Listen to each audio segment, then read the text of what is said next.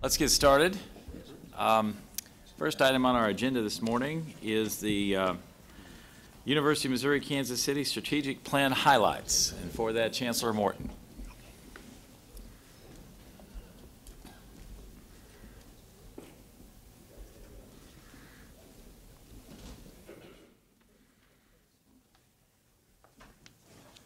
Well, good morning, everyone. I hope you enjoyed last night. Thank you for being there. And I always love it when our students get a chance to talk, especially when they tell the truth about what's going on. They make you a little nervous, but it's worth it. Well, I'm thank you for the opportunity to talk about our strategic plan. You know, when we talk about strategy, I believe context is very important. That is, understanding why our strategy is what it is. And so in order for me to do that, I think it's important for me to give you a little sense of our history, all right? And so is it this button? No, that one. Okay. So it's important to start with this. We've enjoyed, as you could tell last night, we've enjoyed significant community engagement at UMKC and even in our development of our strategic plans.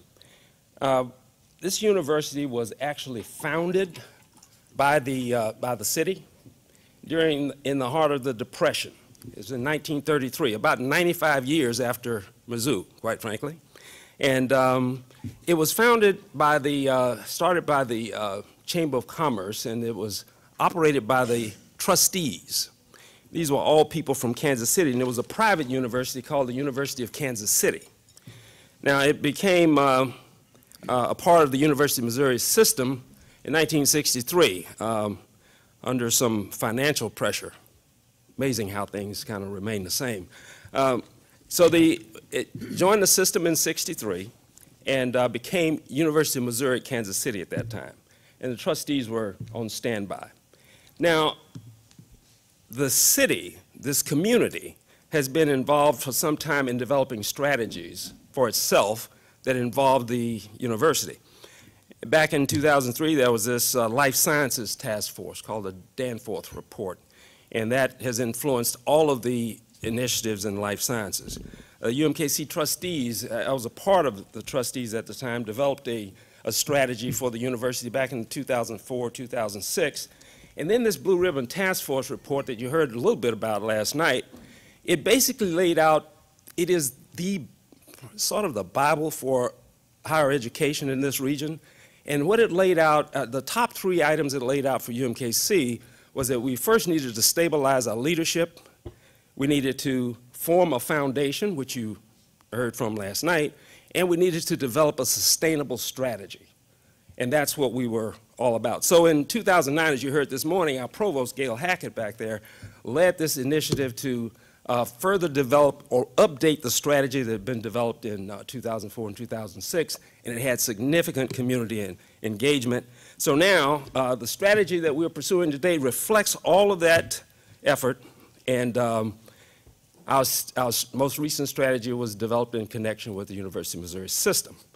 But it still reflects the needs of the city, and probably a great example of why that is still the case is this.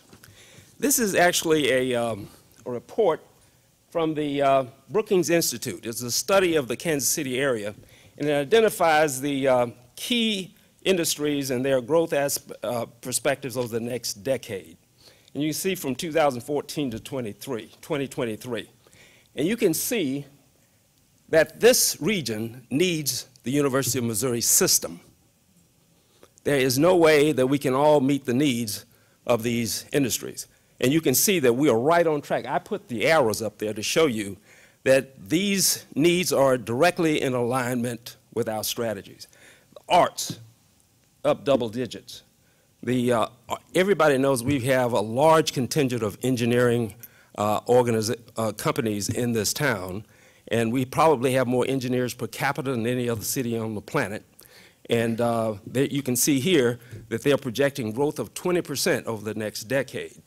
Finance and insurance, health services as well, and information technology.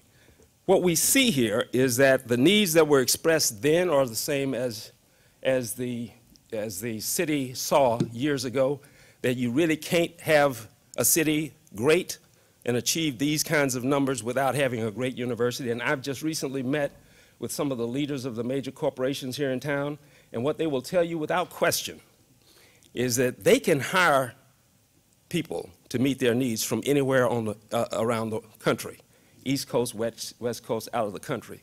Their issue is retention. Student employees that they hire from this MSA or from this state, they have a much higher retention experience with those employees than they do from other places. So there's a real effort afoot here to make this an attractive place for the millennials so that they will stay. So what I was trying to point out here is that we're still aligned with the needs of this region in terms of strengths. The needs for the arts, just as strong as the needs for engineering, all right? So when you look at our vision and mission statement, you'll see that we're aligned. Our vision statement points to the active engagement with the city and the region, and in our mission statement, we continue to highlight the life and health sciences, visual and performing arts, all of those areas where we expect to have this significant growth into the future. Now, we have developed a strategy statement. And that strategy statement says that by 2020, we expect to achieve enrollment of 20,000 here. So you can see achieving that 20,000 will really help to meet the needs that this region has. We need to increase graduation rates, but you'll see that our focus is really on retention as well. The best way to get to 20,000 is to do a better job keeping the students that you have. So we have a strong focus on retention, community engagement, and you can see this theme of visual and performing arts, life and health sciences, and entrepreneurship continuing to go throughout. We have set goals, and of course, we have to have a strategy that is developed in terms of themes. The way we achieve those goals is by pursuing these 7 themes that have underneath them 12 levers and some 46 categories of action. And I can tell you that half of those are related to student success, because that's a really critical issue for us. So now what I'll do is update you on a few of the actions that for today. Start with one of them called the placing student success at the center. Now you heard a lot about that this morning, but one of the issues that I want to focus on this morning is improving advising for transfer students. Now you might say, well, why transfer students? Well, look at what I have italicized there. Almost a quarter of our new students are transfers. But our retention of them is about 71%, which is lower than our retention of students across the campus. However, if we can retain them, we can graduate them at a higher rate than we do other students on the campus. Our 6-year graduation rate for the campus as a whole is 51.3% this year. If we can retain more of those students, we can help to we can improve our graduation rates as well. So the way to do that is to start by hiring someone who can help coordinate the whole transfer effort. Now, we hired a person last year, and that has helped us in our collaboration with the 3 community colleges. We say here those community colleges have about 40,000. I think it's actually larger than that, because when you think about Metropolitan Community College, Johnson County Community, they're like 20,000 apiece. So those colleges are key for collaboration in the following areas. We've created 68 transfer maps. That is making it clear how a student in one of those community colleges can make it through their curriculum and through ours in a reasonable amount of time. That's what the transfer maps, and you heard a lot about our gen ed curriculum. What they usually get in those community colleges is a lot of that gen ed. We have to make sure that what they're getting is appropriate and meets our standards. That's why we've facilitated the evaluation of 120 courses in these community colleges to make sure that the students who transfer in have what it takes to be successful here. So you can see that all of this is helping us to facilitate students' interest in UMKC and to help them be successful here so that our reputation will grow, and the bottom line should result in improved outcomes for those students and a higher share of those students coming here versus going other places. So the other one I would point to is this: high impact learning experiences. You heard a little bit about that this morning, but what I've focused on here is establishing an honors college. Today we have an honors program, and the reason we focus on that is because of this little item I have there italicized. We found out that 30% of the full-time freshmen that we do not retain, that is, they don't come back, are really high academic performers. So why is that? I think there's some surveys that have been done that demonstrated that some of those students were not getting as challenged as we would like for them to be, all right, or that they wanted to be. So what has happened here is we've established this task force that has looked at hiring the dean for the honors college. We had 60 applicants, which is a great response. I'm told that we're down to about 3 finalists, and we should have that person in place by the start of the year. So our faculty members, though, are working on modifying the curriculum for the honors college. We believe that that is going to help us in retaining those students so that we don't have those losses. Because that's very important. When you talk to people in this community about what they need more students, but they need high-quality graduates from this university. We have the trustees, the UMKC trustees, have a trustees scholars program where they help provide full scholarships for students who are high performers. Everyone here is interested in retaining our best and brightest. This will be one way to do it. And you heard Mel talk about the National Merit Scholarship Program. The other thing is research. You heard one of the students, I think it was Caroline, who talked about her research. What we found is, and Provost Hackett talks about this all the time, is getting students involved in research is very important. Even the earlier the better. And we've also found that getting our underrepresented minority students involved has a great impact on our retention of those students as well. So we started this summer research program this past year where we had a number of students and faculty involved. They proposed about 30 projects, 25 of which got funded. I just mentioned one called Wi-Fi Honk. That's a project where, you know, one thing that you observe today on the streets, people walking around looking at their cell phone, and some of them walking in traffic. Well, this is an app that will cause a car to honk if you are about to be hit by, or it calls your cell phone to honk if you're about to be hit by walking in traffic. So, you know, whatever works. But that's what students come up with. I would not have thought of that. But that's the reason you need to get these students involved. But I thought that was one interesting one. The other one that will help us, especially in achieving our enrollment numbers, in the world today, you really have to increase your presence in online. And I think most of you have met Devin Kinsella, who is the person hired by the provost to head up our online effort. He is the vice provost for online and distance learning, great asset to the campus. And he's, of course, in the early stages of overhauling all of our policies and procedures and manuals, and with a lot of faculty input. You really have to make sure that you're connected on both ends there. And, of course, getting state authorization to offer online courses in other states is not an easy thing to do, but we're moving in that direction, as well as building our online tutoring, marketing, recruitment services, et cetera. Also, we have great faculty here, and I'm always approached by our students talking about the quality of instruction they receive here, but many of them have not taught in this environment, so getting them certified through this boot camp is very important, and I think we're making great progress there as well. Just mention a couple more.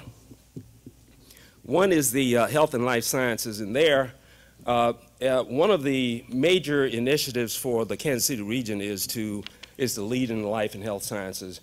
So our initiatives there are right in alignment with them. One of the areas that we can play probably the strongest role in is health information. Because, you know, Cerner is here. We've got Stowers right next door doing a lot of basic research. There's others who are doing more disease-specific research. We have about 100 companies in the area involved in clinical trials.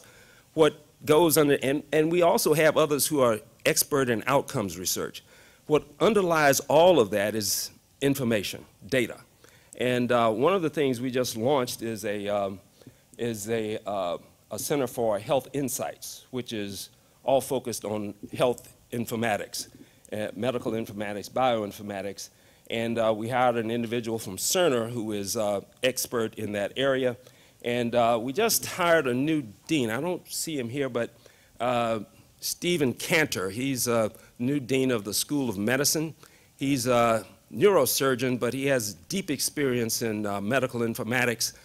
He started October 1st, just 2 days ago, so I'm sure he's got the whole thing under control by now. But we're also making other significant investments in this area to assure that we are a major player in this area. The last one I will mention is for a campus like this in an urban area, we have to stay focused on diversity. We're probably the most diverse campus in the system, but probably you would probably think about that as just having more African American and Hispanic. That's not really the case. I mean, we're trying to get there, but one of the things that is important, especially in this community, is their retention. And the thing that impacts them most is their ability to afford to stay here. So one of the things that we've had to do is, and we're thankful to the system for the support that we've gotten for some recurring funding to provide more need-based scholarships. And we're also raising matching funds to go with that. One thing that goes over big in this town, if you have a match, if you can provide dollars from the state or the system that need to be matched to provide scholarships, that's like declaring a sale and you get sold out really quick here. So we're doing more in that area. Just to give you some idea about what the impact it is having, we had 250 students who benefited from this, and their profile is this. This is important. 96% of them are full-time students, 26% in STEM, 60% living on campus. 64% have an estimated family contribution of $0, right? So these are folks who have need, 48% African American, 9% Hispanic, right? So we're developing other need-based scholarships that will encourage more minority participation in STEM fields, and we have some programs in Black and Latino studies that will also benefit from this kind of program. So those are the ones I would highlight, and at this point I will take any questions you might have, and I've got a lot of backup back here. So, questions? Leo, yes. I have a question, and this probably shows my ignorance more than anything. After 3 years on the board, I do not understand the coordination of online education at your campus and the other campuses. Are the same courses offered online at all 4 campuses? Are they, are some and then there's others? How does that work? Well, I've got some experts who can really answer that, but there's, thanks to Hank over here, Hank has come in and said, you know, we've got some expertise in entrepreneurism, and we'd like to start opening up a course that can be offered across all of the campuses, and so that people can get a certificate in entrepreneurism. Now, aside from that, I don't know, Gail, can you want to spend, did you hear the question? Okay, can you provide some insights there on how common our courses are across campuses?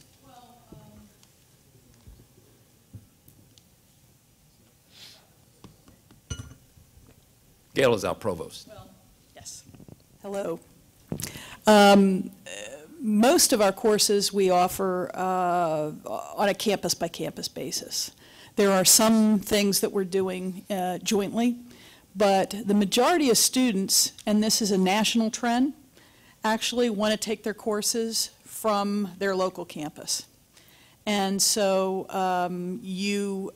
so most of our efforts are to put our courses and our programs online. In fact, at UMKC, what we're trying to do is put as many programs as we can, starting with the highest demand programs, online, so that our students have the capacity, the capability of taking courses on campus or online, either or a mixture of those. And as Leo just said, we are getting some help from System to do some course sharing across the campuses. So there is some of that happening. And I guess Hank can speak to that. You want to speak to that? Sure, I'd be happy to. Yep. Go So Gail's right. At this point, still, most of the courses are campus specific. So look at Mizzou Online, look at UMKC Online, and so forth. And there was an effort under President Forsey, I think 4, 5, 6 years ago, to create a common portal. The common portal, unfortunately, didn't work at that time, but it was early in the game.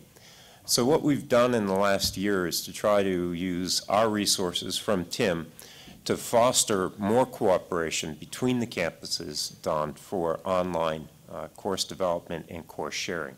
So we have a whole program now that's around that theme, where we get faculty members from more than one campus to come together, create a course, put it online together, and offer it at multiple campuses for students. That's working out pretty well. It's still not the majority of our courses, but it's coming together nicely. Leo mentioned entrepreneurship. I'll take that a little further.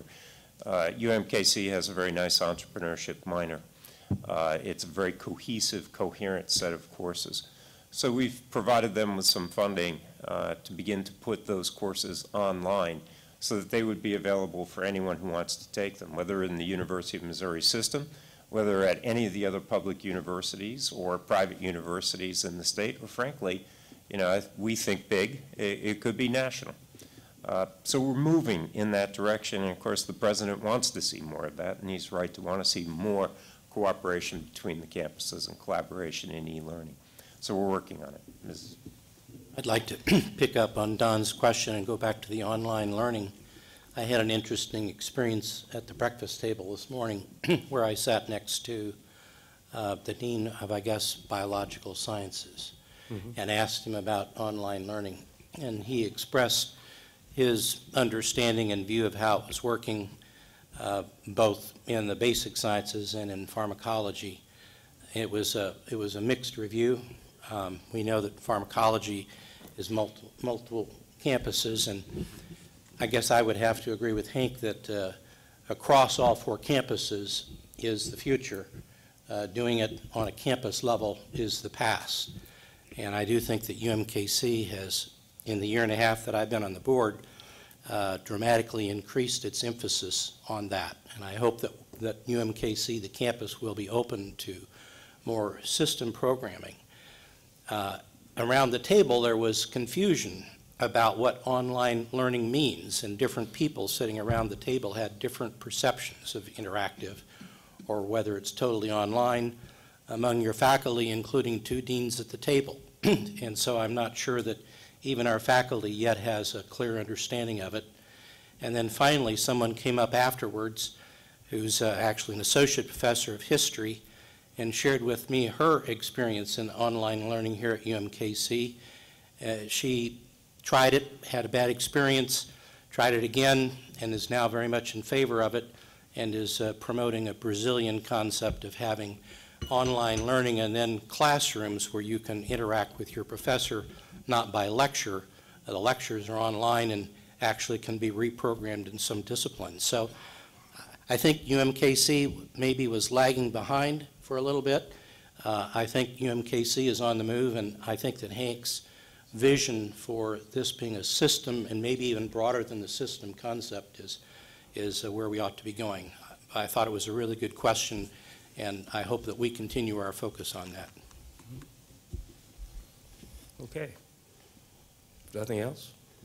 Thank you. Thanks, Leo. Next item on the agenda is a chancellor's panel discussion, and it's regarding our fall enrollment. So I'd call each of the chancellors to come up, and Tim's going to moderate this discussion. And as they're moving up, just want to say that you know, we've spent a lot of time this year focusing on alternative sources of revenue. We've talked about fundraising and e-learning revenues and grants and other alternative sources. We've also focused a great deal of time on state funding and how to maximize our state funding. But I think we all should never lose focus of the fact that during the Great Recession that we're now coming out of, the thing that kept us going was the great efforts by our campuses to increase enrollment and the revenues that flow from that. So we look forward to the update we're going to have this morning. Tim? Thank you, Chairman Downing. I do have the pleasure to be the moderator for the Chancellor's panel this morning. I've challenged each of the chancellors to answer 4 questions. First of all, what is the fall enrollment in comparison to fall enrollment of 2013? Secondly, how does that enrollment map to your strategic plan? Third is, what are the future expectations that we should have regarding your enrollment? And then finally, what is new on your campus? After the chancellors present the answers to those 4 questions, I will summarize what it looks like from a system in total standpoint, and then we will open it up for a Q&A. So if you wouldn't mind just saving your questions to the end of this presentation, I would deeply appreciate it. Up first is Chancellor Tom George, representing UMSL. All right, thank you very much, President Wolf, and thank you to the board for this opportunity to talk about enrollment, in this particular case at University of Missouri St. Louis. Let me just go down all the various categories with some discussion about each one.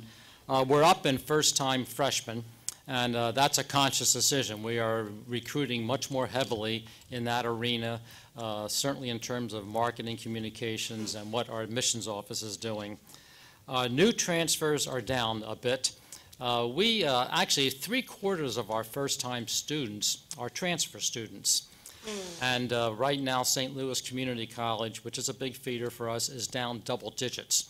We're not down double digits, we're down 2.8%, but that reflects certainly St. Louis Community College. In fact, it's amazing that we're only down 2.8% when our feeder is down in such a large amount. They will turn around in about 2 to 3 years. They're a victim of demographics right now, just simply how many students are coming through and graduating from high school. Total undergraduate, we're up 0.6%. In-state undergraduate up a bit. Out-of-state up a bit. International down. And if you look at the upper left-hand corner of the slide, this is one of our culprits, and that is the Ferguson situation. One day before everything erupted in Ferguson, we were up 4 to 5% totally. And with the Ferguson situation, particularly with people coming from out of state, we dropped in our students there and with international students. The notion is that when you're overseas and it looks like St. Louis is burning, and St. Louis is not burning, but with that, you know, we're the victims of that. We will capture these students back, hopefully next semester, certainly by next fall. But that's been a challenge for us, and certainly for me personally, Ferguson has been totally time-consuming, you know, for the last month, and understandably. Minority students, to key off Leo, we are very diverse as a campus. I think more African-American students are enrolled in our campus than any other campus in the state. Graduate students are, I don't have a number for that right now, but we've turned that one around. We had gone down for several years. We're now coming back up with graduate students. Professional up. Credit hours are up. Actually, we've hit, you take our on-campus enrollment and take then our off-campus enrollment, we've hit a record for this year, close to 17,000. This is in keeping with what we have as a strategic goal, and I'll go to the next slide. Our strategic goal is actually to hit 17,500 students, and this is in keeping with that. But the overriding goal we have is to actually look at how many people we graduate, and what we want to do is get up to 3,600 students a year graduating. Right now we're about 3,000 as a baseline, and that's certainly our key goal is to have them graduated. Our ACT scores are up. We're over 24, so we hit that 2 years ago, and we've maintained over 24. We have more students living on campus. This is a conscious decision that we want to increase our on-campus enrollment. In terms of people that are living on campus, when you talk to William Danforth at Washington University and say, what's the most important thing you did as chancellor for 25 years to turn WashU around? He said it was residence halls. I mean, it used to be a commuter campus, and we added residence halls. We have about 1,300 beds. We're overflowing. We're full. It's a good problem to have. We're putting them everywhere, people's basements. I mean, it's a good problem to have, but we are now talking probably about another residence hall that we're going to have to build. And certainly that is a conscious decision for us to increase that. And we talked about online course offerings. We keep increasing our online course offerings. It's a mixture, and we have a lot of hybrids. And there's a lot of interest in the hybrids, which means a mixture of online within a given course and face-to-face contact. As I mentioned before, 1750 is our goal by 2018, and we're on target to meet that. Why do we have a significant increase in first-time freshmen? A major factor is the Wellness Recreation Center. When students come to campus, the first thing they seem to ask about is, show us your recreation facilities. Not let's see the chancellor's office or let's see the the library. No, it's the recreation wellness, and it's loomed up. I mean, it's funded by student fees, $36 million facility, but it's fantastic, and you can't miss that. The Bridge program.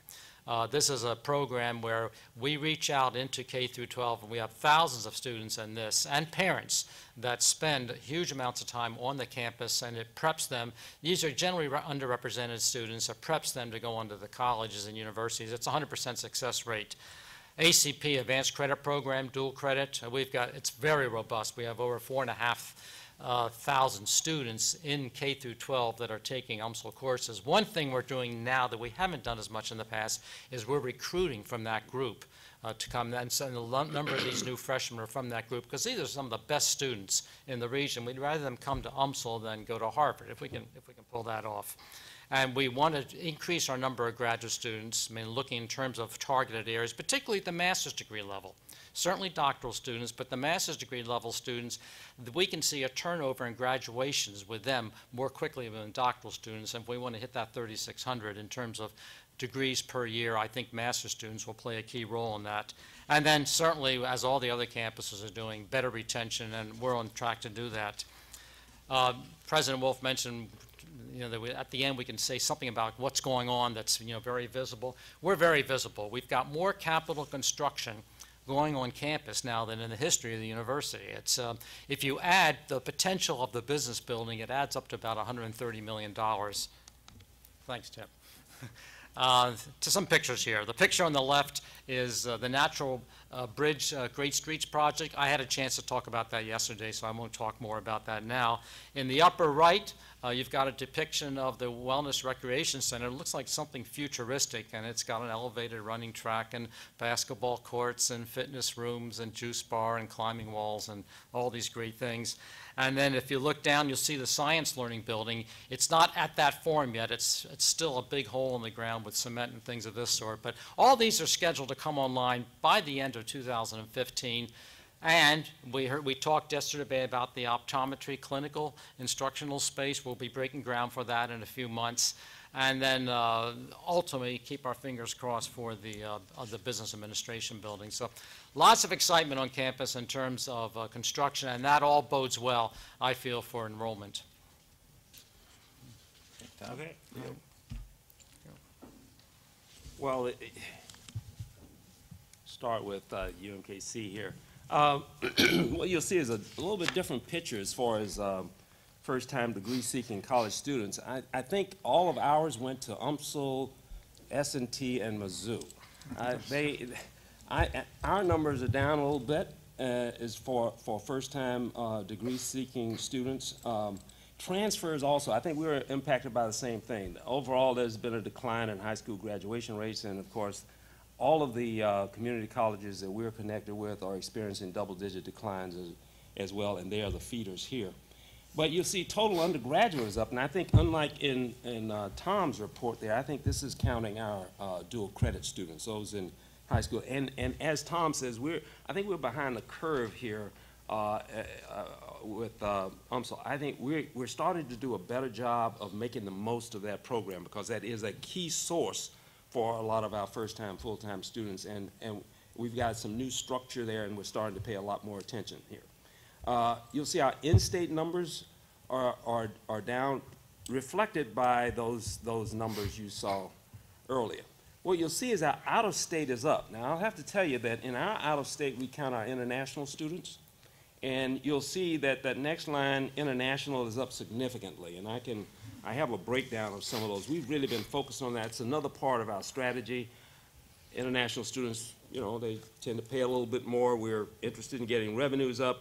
But most of the increases are coming from places like India. We had, this year we have about 610 students from India, where last year it was like 358. Saudi Arabia is 222 versus 173. I won't go down all. China is kind of level. I think they're down a couple from where they were before. Brazil, huge increase from about 44 last year to 117 this year. Same is true with Vietnam. Numbers have just about doubled to about 73, and so on and so forth. So we've had a focus on increasing our international students. As you can see here, that's working. That also has an impact on the graduate numbers, because most of those students international students are coming into graduate programs. Our first-time professionals, of course, we have 4 professional schools, medicine, dentistry, pharmacy, and law. And this reflects an increase in those numbers as well. Now, the numbers that we really like to see is credit hours, because students pay by the credit hour, not by the head. So we like to see that percentage go up, and that's a real focus for our campus as a whole. This number of, we're up 2.63%, but as I said, that's reflected. The most impact is coming from our international growth in international students and our dual credit. Right? So if you go to the next chart, some of the things that we're doing, as I've said before, our focus is on, we've got a stretch goal of achieving 20,000 students by 2020. And as I mentioned, it's not just a matter of growing for the sake of growth. This is growing to meet the needs of the region that we serve in this state. And that goal was established in 2009, and I think we're on track we've had some decline in our growth. We're leveled off here. We continue to grow. We're going to get. I think we'll get back on the path to reach that goal. And our focus has been on undergraduate. 5 or 6 years ago, 60% of our enrollment was undergraduate. At most universities, that number is more like 75 to 80%. So while we've had a large graduate and professional enrollment, we needed to balance that. So the arithmetic was pretty simple. If you're going to get to 75% undergraduate and you have 5,000 students who are graduate and professional, you need to grow undergraduate to 15,000. That's the way we got to the 20,000. But in the process, we need to do that profitably, so we really need to grow our student credit hours and focus on student success. Retention is a big issue here. We need to get that number to 85%. Also up there, one of the things that we're trying to do, which is very important to us, is increase our graduation rates. We've made significant progress there. We've increased about 7 points in about 4 years. And that's pretty much unheard of. I think this year our 6-year graduation rate for an urban research university is now at about, is just over 51%. And that's up from what was about 43% when I first joined and when Provost got started and focused on these issues along with Mel Tyler and others. So the other thing that's up there is trying to raise the profile of the university, because the decision to come to this university is a very complex decision on the part of those students and their families who make that decision. It's not like we can stand out on the corner with a hook and just pull them in. They have to make the decision to come here. So we have to have a profile that's attractive to them, and they have to see the value proposition as one that's attractive to them. Bottom line, I think we've met the goal that we have in our race to get to 20,000.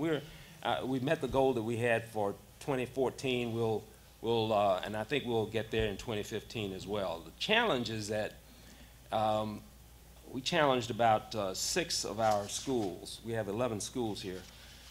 Back when we set the goal of 20,000, we challenged 6 of those schools to double in size by 2020. And the challenge we had, one of those is the College of Arts and Sciences. And I think, as many have experienced, the enrollment in the College of Arts and Sciences has been declining about 6 to 8% a year. And what we've got to do is turn that around. What we discovered is that 40% of the students enrolling in College of Arts and Sciences are in pre-health sciences types, like pre-health, pre-med, pre-dentistry, pre-pharmacy, and the like. And if they're not successful there, they tend to move on. So we're trying to focus, as Mel Tyler said, on how we get those students to understand what their career options are. So what's new here is also to help the retention issue, need-based financial aid. Mel talked a little bit about the major maps and the starfish system. You have to have a system in place that'll give you it's like an early warning system that tells you when a student's getting off track so that you can help to retain them. You heard about the general ed, our new gen ed program. Very entertaining. I thought students, they always do well when they get up and tell you the truth. And as I pointed out here, the 40% pre-health is an issue for us. So giving them a comprehensive experience, helping them to make a decision about, if I don't get to medicine, what might my alternatives be, that's very important. I won't go through the other recruitment initiatives. I think you can see that it's a customer system helps you to really keep track of who you're going after. We're working on not only our articulation agreements, but our reverse transfer initiatives as well. Bottom line, we're still confident in our stretch goal of to get to 20,000 students by 2020. I think given where we are today, given the fact that it's still a few years out, all of the initiatives that we have going, I think, encourage us, like improving our graduation rates, the increases that we've seen in student enrollment, student credit hours, and the like. All of those encourage us that we can get there. We've had a lot of interest in satellite locations for our health programs, like pharmacy. We've just opened a new location down in Springfield. We've got interest in other areas for dental and the like. Our marketing efforts are just are new and having an impact. So I will stop there.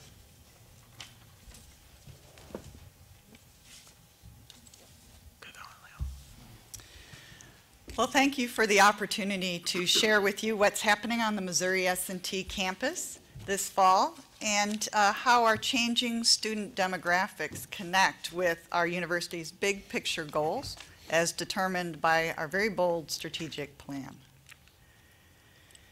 So as you can see, we are realizing growth strategically in some very key areas. Our first-time degree-seeking college students are up over 2%. Our new transfer students, I think we're picking those up as indicated, is up almost 8% as well. Our total undergraduate students up 6.1%, as you can see, and in-state undergraduate nearly the same. We broke 3,000 for the first time in terms of out-of-state students, so that's up nearly 9%. And our international students, again, breaking records of above 1,500 for the first time at a percentage increase of 19%. Our minority student population is edging near 1,000. We were up 11.6% this year over last, and again, that's a record high enrollment. Our graduate students, record high as well, for the first time above 2,000, with a percentage change of almost 7%. We take a look at our credit hours as well. You can see our credit hour production is up 6.8% this year, and our total enrollment up 6.3%. That indicates to us that our students are taking more credits and progressing faster toward their degree, which is good news all the way around. There are some other records of note that I'd like to point out. Our underrepresented minority student increase is up 8.4% over last year. Our Hispanic American enrollments are at a record high and increased nearly 29% this year over last year. And our distance and online students for the first time have exceeded 1,000 students. We're at 1,066, and that is up 8.2% as well.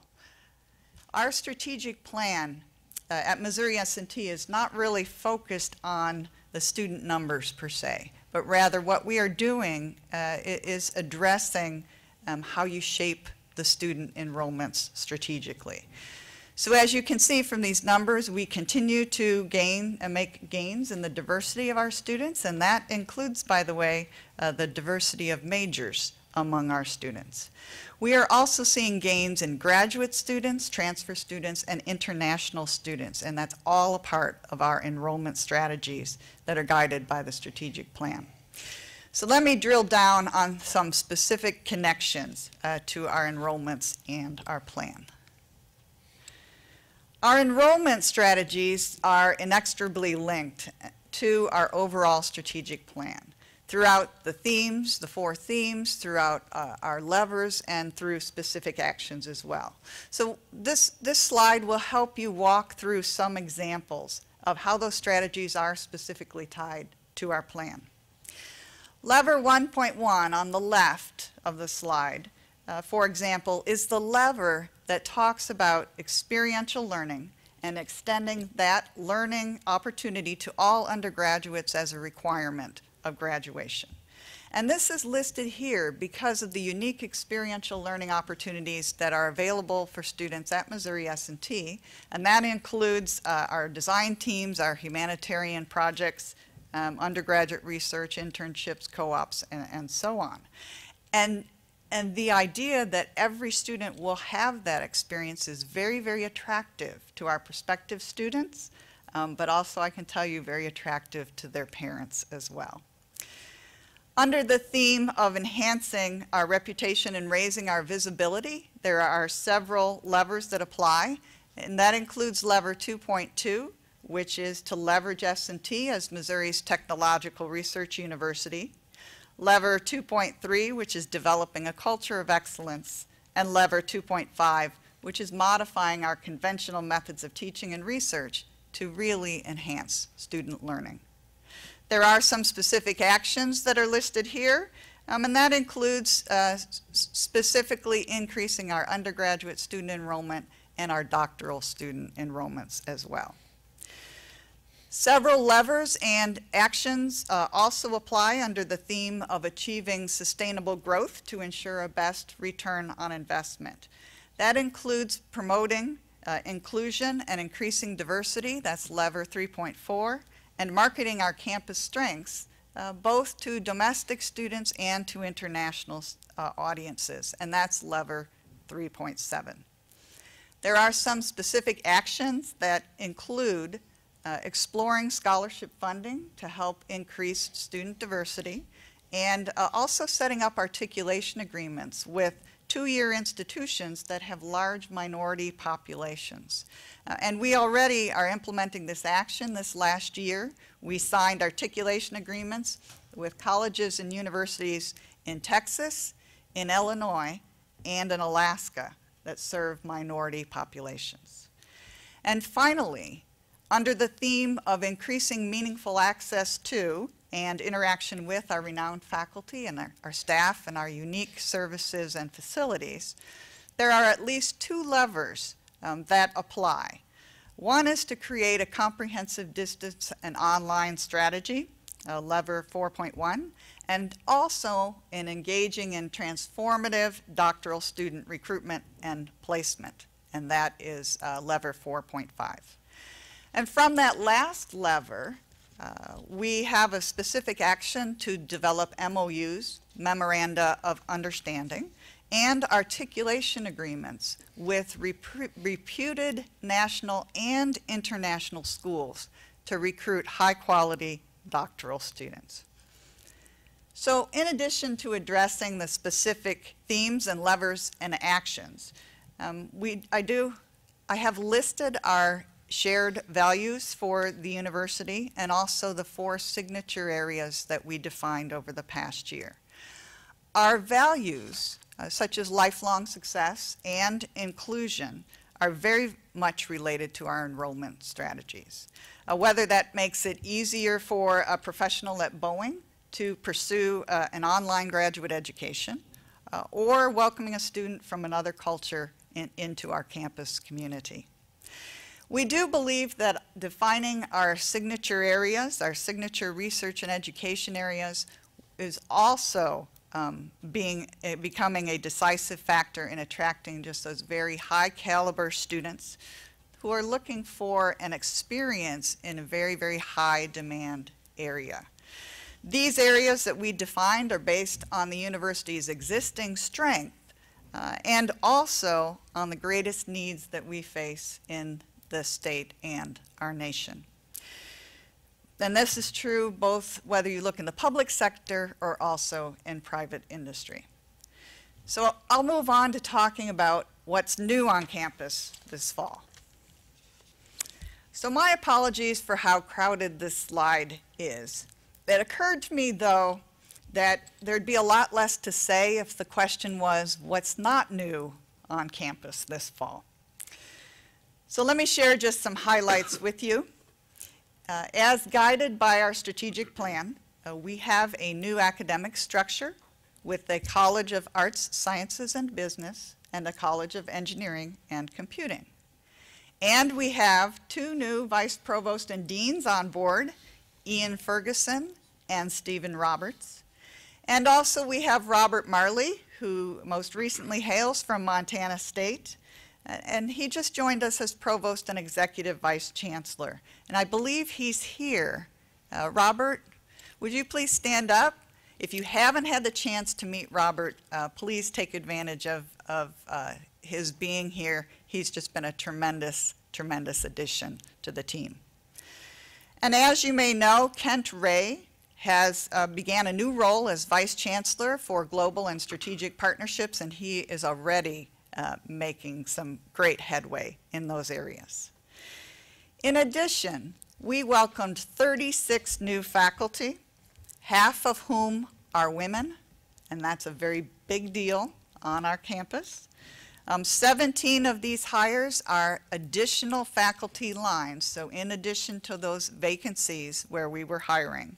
And that was funded in part by our strategic initiative funding from last year. So we've already made great, great headway and are well on our way to adding 100 additional faculty by the year 2020.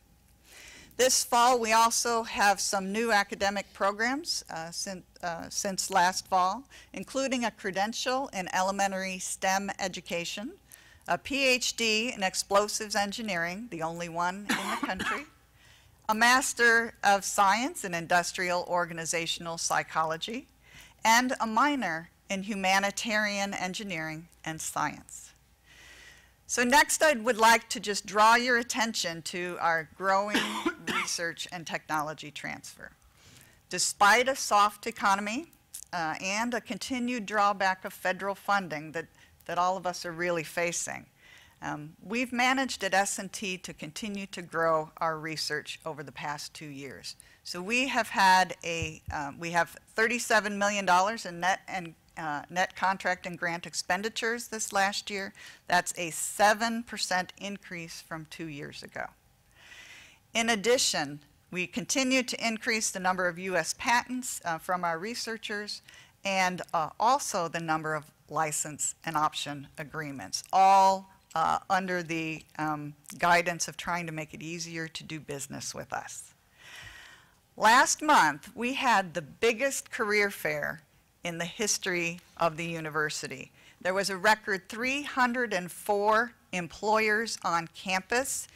We expect that we will have over 1,000 separate employers on campus this year.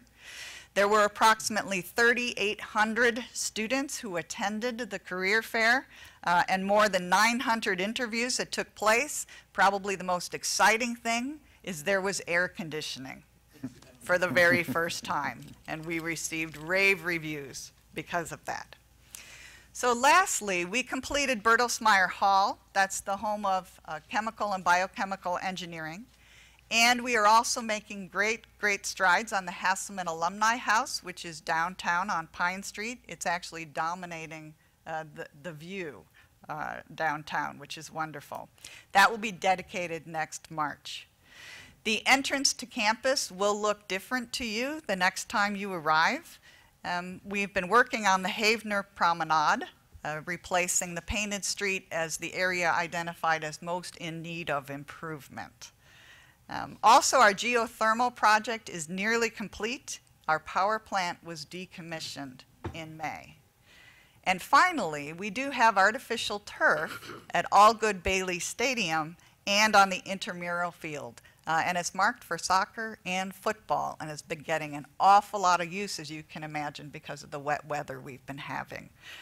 But it was a top priority for our students, and not only are the athletic teams using it, but also our intramurals are just loving that opportunity.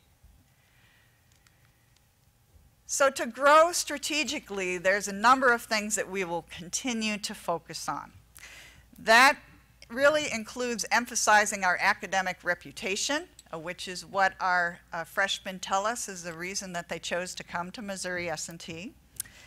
To continue to increase our customer service, our focus on our customer groups, and our return on the investment.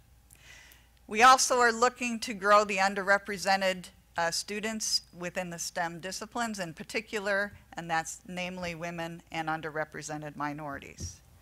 We're diversifying the enrollments across majors. There are areas where we have capacity, and we're continuing to build on those. We're leveraging our strategic initiative funding, which was just released to us, to invest in key areas such as doctoral student recruitment and retention. And our proposal and the commitment and investment from the system and all of you is a real game changer for Missouri S&T. So we're going to explode in terms of the doctoral student recruitment and quality. We also are continuing to grow our distance and online programs and have brought those two groups together in one comprehensive unit. We continue to focus on our 6 key customer groups, and we are looking not only in the state but nationally to leverage the jewel that we have here in this state in Missouri S&T. So we are Missouri's Technological Research University, and we are stepping forward nationally in order to contribute to solutions to some very, very challenging problems. So with that, I'll pass it over to Bowen. Thanks, Cheryl.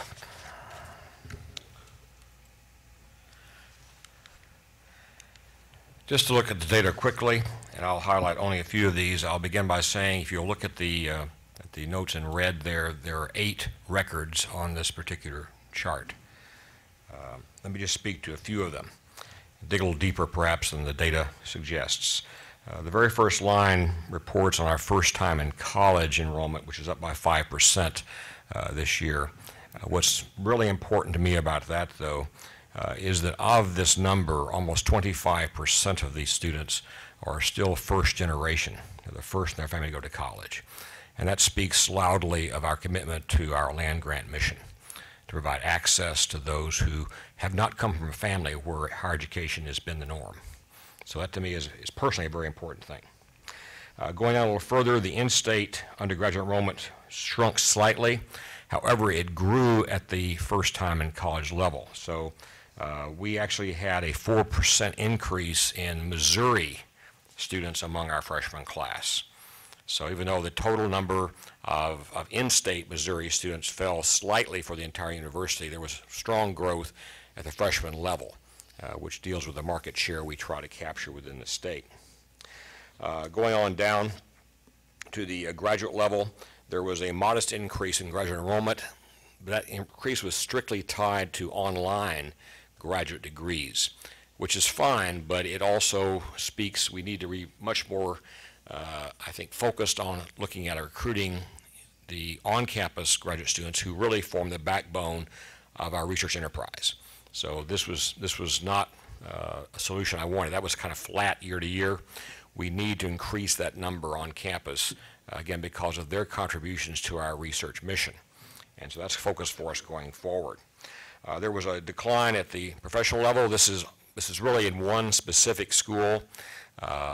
Most of our professional schools are strictly controlled in enrollment because of the accrediting body they have in place, but law fell. I hate to tell you guys that, but law fell a bit because of the national media attention given to too many lawyers. That's what's been out there. I don't really believe that's true when you dig in deeply to specific areas of law, but this is what the perception nationally has become. So across the country, there has been a decline of law school enrollment, and that reflects that particular perception, and it affects us as well. But overall, a great year for Mizzou. A few highlights here that focus on our specifics in terms of our operating plan. First of all, we really have been going after high-achieving students. We achieved this year a new record of almost 26 in terms of the average ACT score among our entering class. But perhaps also as important, we have a new record up by, as you see, almost 40% in terms of the number of out-of-state students with a 30 or above ACT, and overall, among the freshman class, a 26% growth in that particular cohort of the most high-achieving students we tend to go after. Other two items I've already mentioned here, new record enrollment of almost over 35,000, and again, retention rate 86.2%. Up significantly over last year, but still not where we want to be. Let me walk through these quickly. I'll skip the first one and come back to it. We are continuing to build leadership team at Mizzou. You can see the new leadership team in the last few months that's come on board here.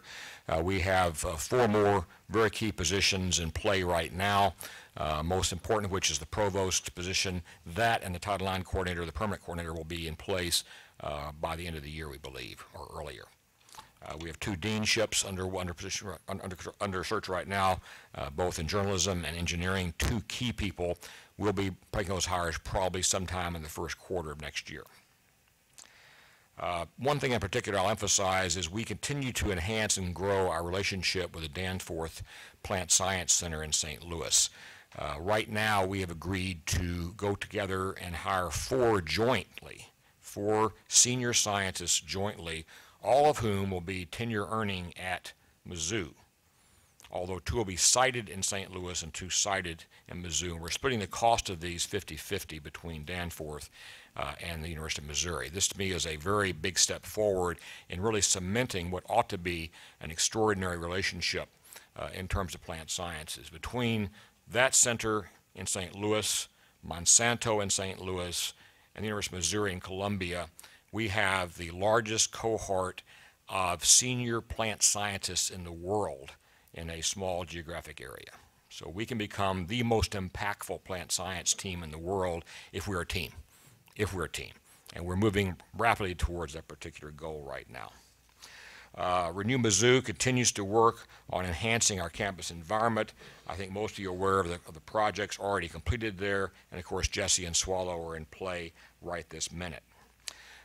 To address retention, even though we're at 86+% right now, retention from freshman to sophomore year, that number should be well into the 90s. And so we're going to get there not simply because of our academic support structure tied to individual course support, but more importantly, a more coherent and cohesive advising program, which really gives students the ability to make their very best decisions about which classes they take, how many they take, as they go forward and progress towards a degree.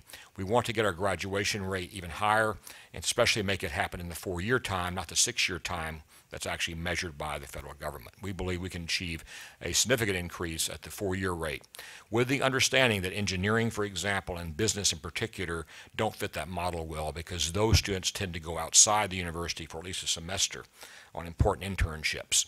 So we'll measure that appropriately. Back to the first point there, Mizzou Online's gone through an extraordinary and very strong period of growth. And let me just turn to the next slide for you here that illustrates that very directly. You can see significant growth in both the number of class offerings and also those that the actual degree program certificates offered through online learning. Enrollments have grown dramatically, as you see, about 104% just in a few years. And of course, the number of distance students you can see there in those bubbles gives you an indication of where the growth is, primarily at the graduate level, but also strong undergraduate growth too. Now, let me point this out. There are two kinds of students taking online courses as undergraduates at Mizzou right now. One are our current on-campus students. They want to have a more flexible schedule. They want to make the world work better for them. They want a part-time job. They want to engage in other activities involving student organizations and athletics. And they view online as a very big changer for them in terms of giving them the ability to manage their schedule much better. The other cohort that's growing rapidly, and these are oftentimes degree-seeking students, are not on campus. These are non-traditional students. These are people with families, homes, and jobs that do not have the ability to come to Columbia and physically live there. But they want a name-brand degree. And so that cohort will grow, we believe, over time. These are older students. They're very motivated students. They aren't 18-year-olds anymore. They can really survive in the strictly online world because they really want to get this credential very badly. Finally, just looking ahead to the future, we've challenged ourselves a lot here to continue our growth pattern. We're looking towards a 2.5% overall in growth enrollment for next fall. We continue to work hard on diversity. We are a diverse campus to some extent, but by no means reflecting our state. We need to do much more there, and we will do much more there to make that possible. I particularly challenge enrollment management to work on the undergraduate international population, as was said by my colleagues here as well. That's a population that really wants to be here now. They can pay for it, and they really bring a lot with them in terms of the ability to enhance the campus environment because they come from very different backgrounds. And we want to get our students outside of this country as well. If they're native born, we want them outside of the country for a semester and study abroad programs. This gives them more incentive and more ability to be successful in making that happen, actually. And you can see on down there, we're looking at, again, a very significant increase in terms of online classes being taken by our students and distance students enrollment going forward. We are continuing to work hard on attracting the very high-performing student populations, the ACT 30-plus category. We do that through financial support and, again, the overall brand value of the Mizzou degree. Again, Brazil, as was said earlier, is a very important market for all of us right now, I think. Turkey's growing in importance. We still continue to see strength from our China sources as well. And out-of-state populations continue to grow as well. This has been a big game changer for Mizzou because of the decline of high school age students in the state of Missouri itself. As you all know, Chicago area is our largest source of out-of-state students, but Texas is number 2 now. California is growing, as is Colorado, Georgia, Tennessee, and so on. We're beginning to add additional recruiters there. But I will tell you this, folks, that the SEC membership we have has been a real important factor in our visibility across the country right now. Everybody knows who Mizzou is. Just one measure of that was that our licensing of our logo for apparel puts us number 19 in the country right now in licensing revenue, up from below 40 a couple of years ago. So we've really become a national brand by anybody's measure now. And that's showing up in terms of our ability to attract extremely good students from around the country to come here to Mizzou. Thank you. Thank you, Chancellors. Bowen has just put up the summary slide for all of the 4 campuses that you just heard. As you'll see in the columns, the numbers that are reflected here are the ones that were presented. I'd like to draw your attention down to the bottom of this chart that has the final row, which is percent change in total enrollment. As you can see across the board, positive increases for all 4 campuses with a total increase of 2.4%. We're now at 77,143 students, an all-time high for the University of Missouri system. What it really speaks to is the strength of the 4 campuses and the strength of those 4 brands in the marketplace. A couple other things to point out in this slide is, first of all, On first-time degree-seeking college, go over all the way to the right-hand side under percent change column. You see that's up 4%. Our high school graduates right now are flat to declining in the state of Missouri.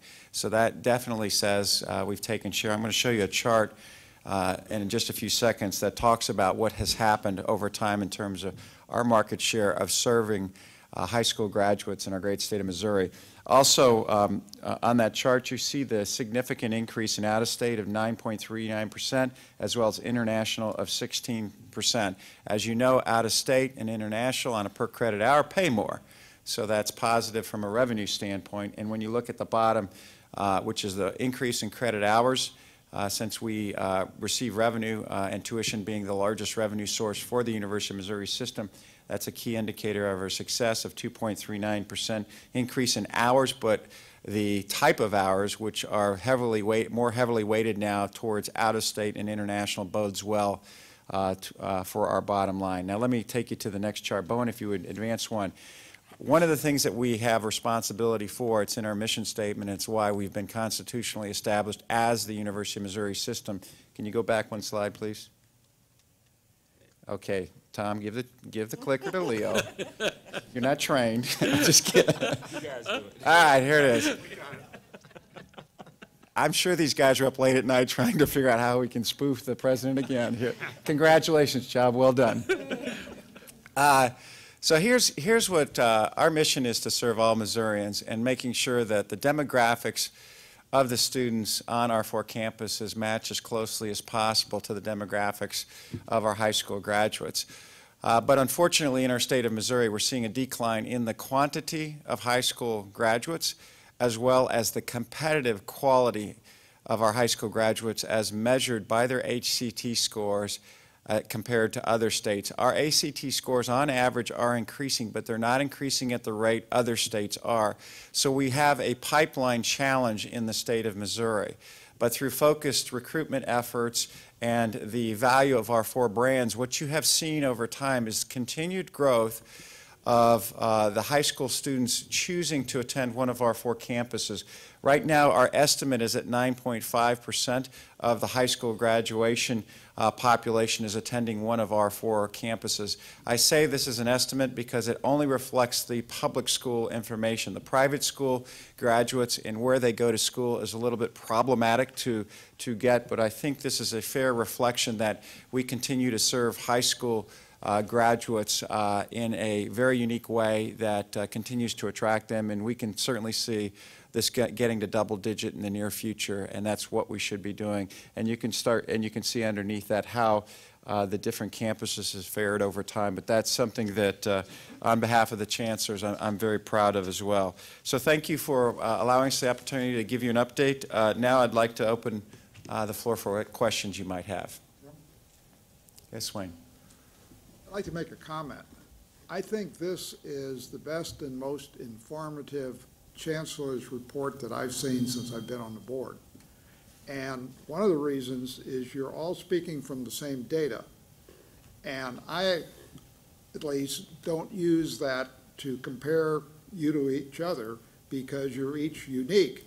But it gives me the information that I like to see that allows me to compare you to yourself and what you're doing on each campus. And with the comments you made along with that data, this is, I think, clearly the best report that we've seen. Thanks, Wayne. Thank you, chancellors. So on the international and out of state, are we applying the same admission standards on each campus to international and out of state, and so that we're not denying in-state students the opportunity? And have we tightened up the slippage that I understand occurs where we allow someone to come in on an out-of-state or international, and then in later years they're given a pass on that because they've somehow established some temporary residency? So those are 2 I'll questions. comment and then I'll ask the chancellors to comment.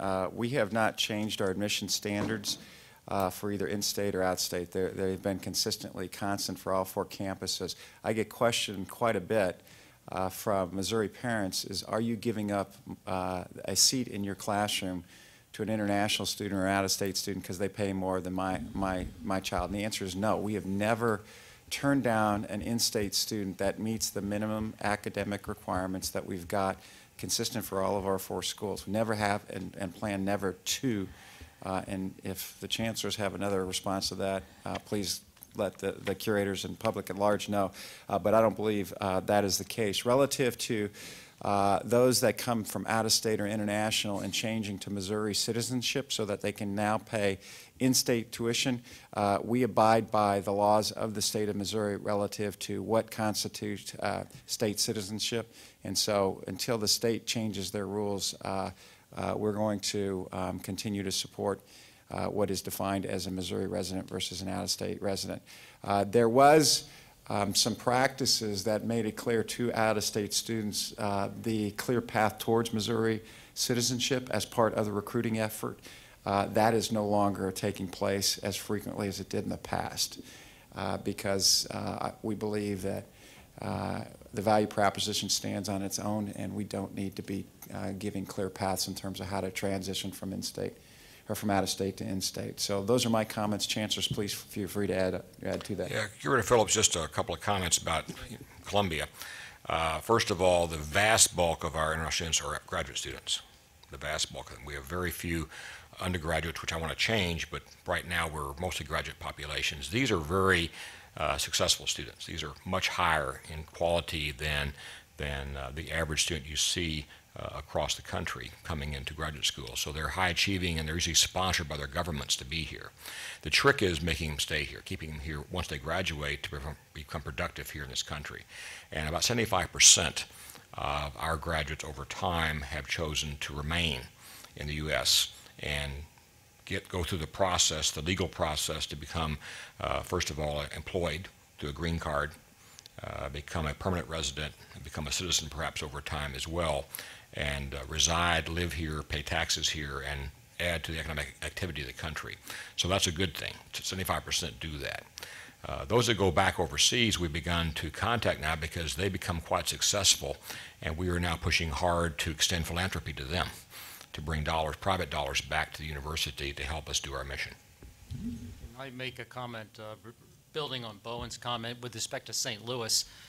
There's a special thrust now. There's a partnership between the county and the city in economic development, and this is a new entity, one where now the two are cooperating very strongly, and there's a special program now instituted on immigration.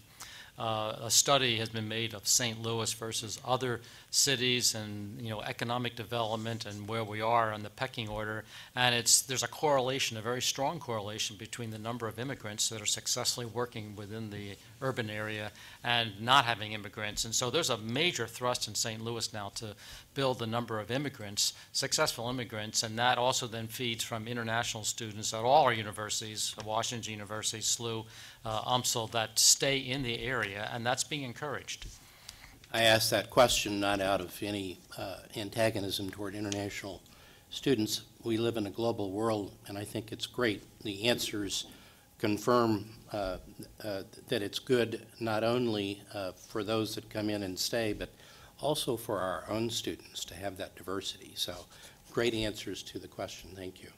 But I also think that it's important to emphasize to our students how they can establish residency.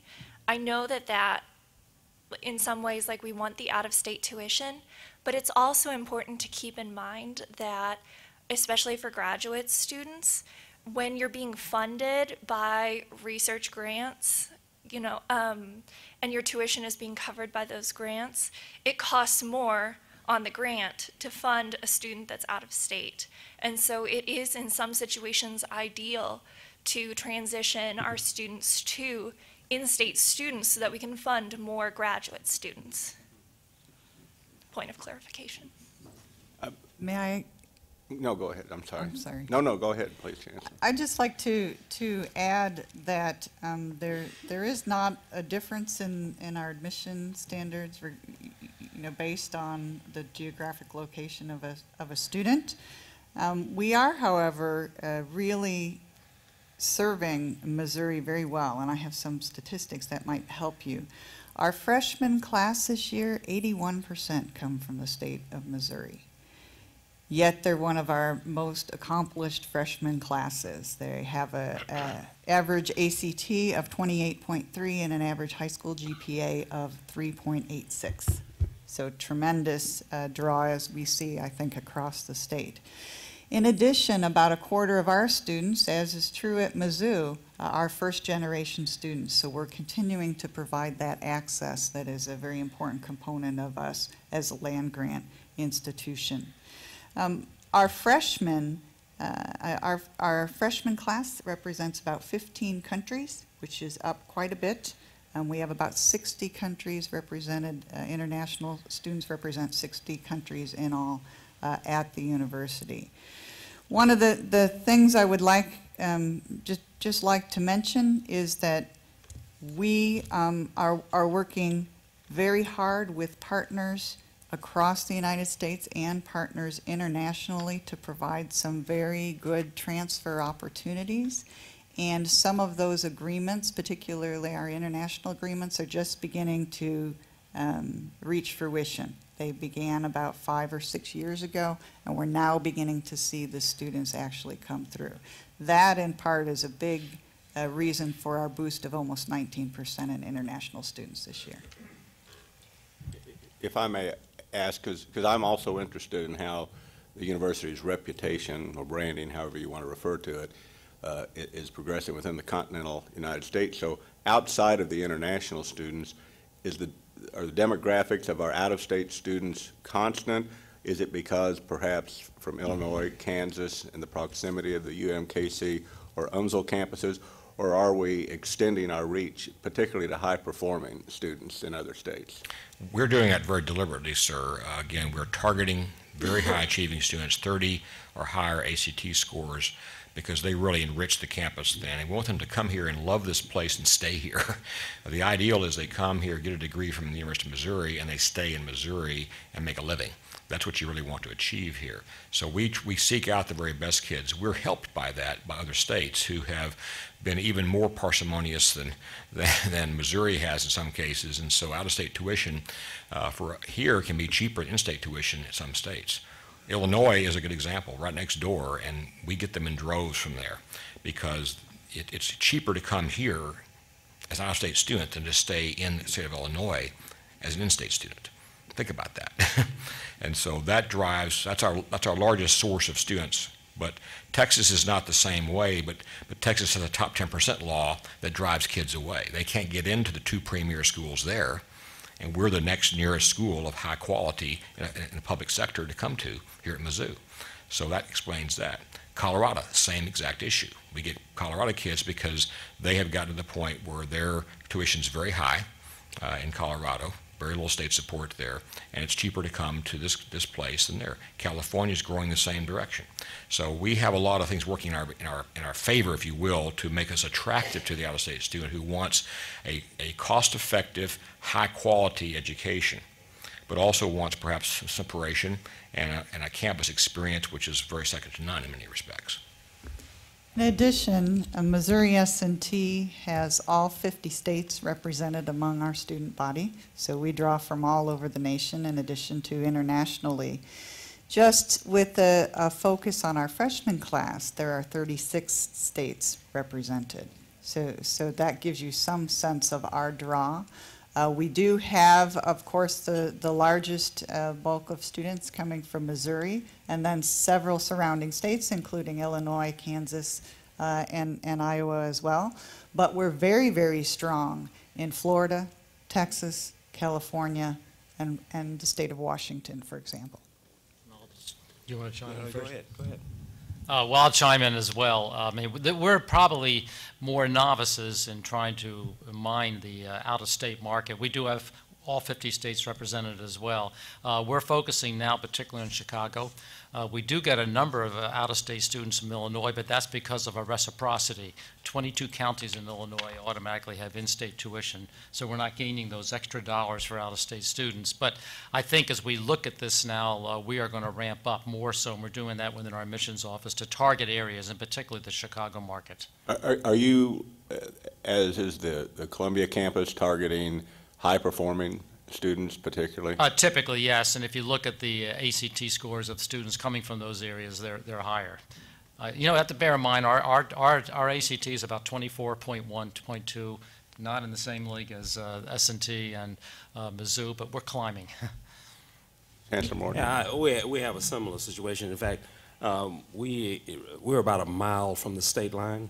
So we have a metro rate that extends to about 11 counties in Kansas. And, you know, we have many employees who are from Kansas. And quite frankly, I do a border crossing twice a day.